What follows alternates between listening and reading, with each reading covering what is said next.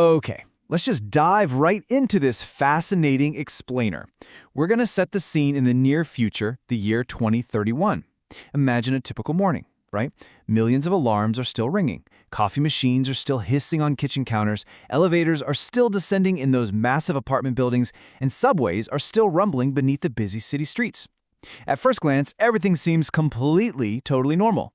But if you look a little closer, a monumental piece of human life has completely vanished. And that is the final destination of work.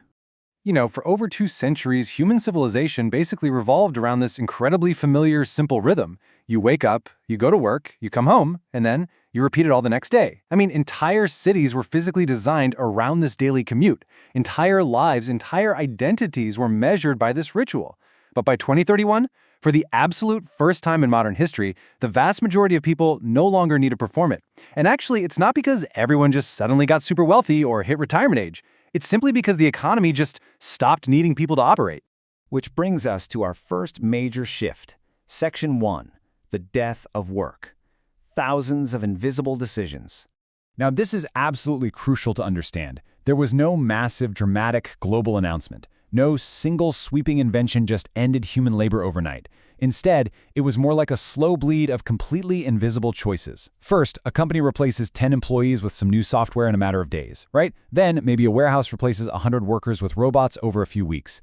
Give it a few months and a hospital automates its entire admin department. Give it a few years and law firms are replacing junior associates with advanced language models. It was literally just one decision, one job at a time, until there simply weren't enough jobs left to go around. And this created a really eerie contrast in our physical spaces. Think about it. Our office towers used to be these incredibly vibrant ecosystems. They were places where people built lifelong friendships, met their spouses, shared birthday cake in the break room, and found this daily sense of meaning. Today, those same glass and steel towers are just silent monuments. The conference rooms sit completely untouched, desks are gathering dust, and algorithms are silently churning away, performing all the cognitive labor that used to fill those spaces with energy. As the source material points out, and I absolutely love this quote, they never actually hated work, they hated bad work. See, when the offices finally emptied out, people discovered a really uncomfortable truth. What they truly missed wasn't the spreadsheets or the meetings or the daily grind. They missed the sense of belonging. And belonging, as it turns out, is incredibly difficult to automate. So how exactly did we get here? Let's get into Section 2, the economics of automation, when the cost curve broke. It's really important to clarify here that the machines didn't suddenly become conscious or rebel in some crazy sci-fi dystopia scenario. No, they simply became extremely useful. Think about this new digital workforce. They never sleep, they never complain, they never take vacations, they never ask for a promotion, and they literally never have a bad day. They seamlessly learned medicine, engineering, accounting, architecture, law, and eventually they learned how to learn way faster than we ever could. But here is the real kicker.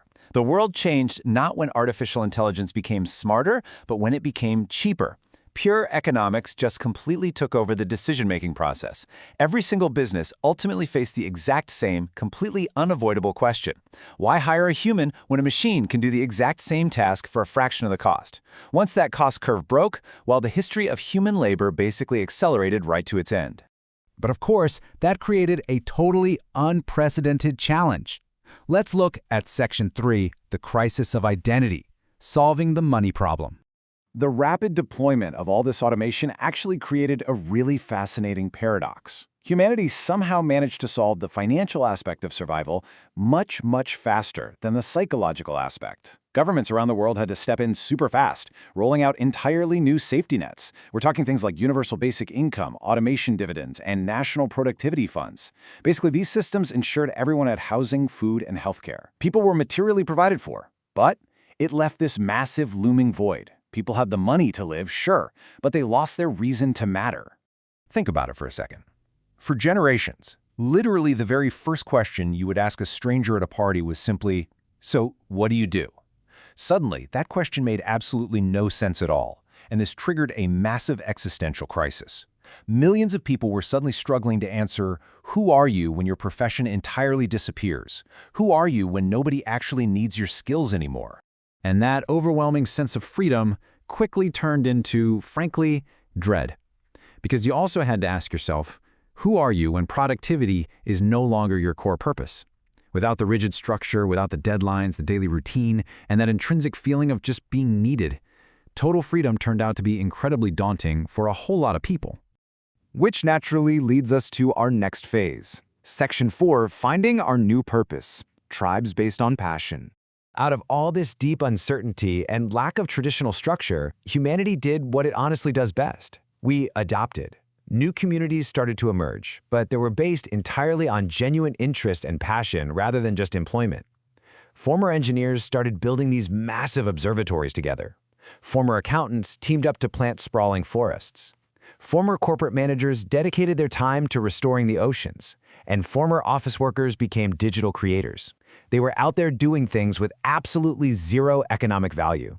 I mean, they weren't paying rent with these projects. They did it simply because they wanted to. And surprisingly, millions discovered they actually enjoyed life a whole lot more this way.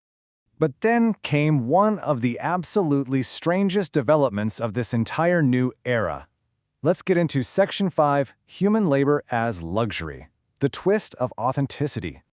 So, in a world where machines can do absolutely everything perfectly and instantly, human effort took on an entirely new meaning.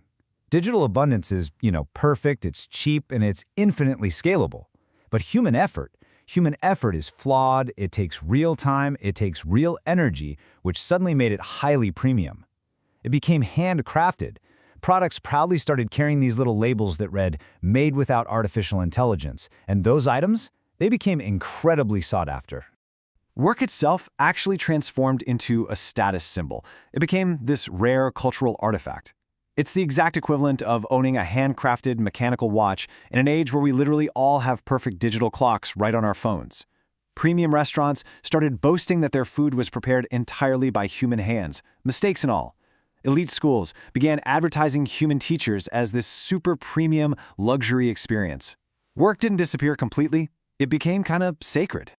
Let's zoom out a bit now to the really grand philosophical reframing of this entire historical moment.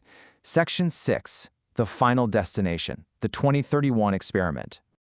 We are essentially looking at an experiment unlike anything in the history of human existence, a civilization where survival is no longer the central challenge. For thousands of years, our entire operating system was based on one basic assumption. How do we live? How do we survive the winter, harvest the crops, pay the mortgage? But transitioning to this new paradigm of total abundance forces us to answer a much deeper, frankly much more difficult question.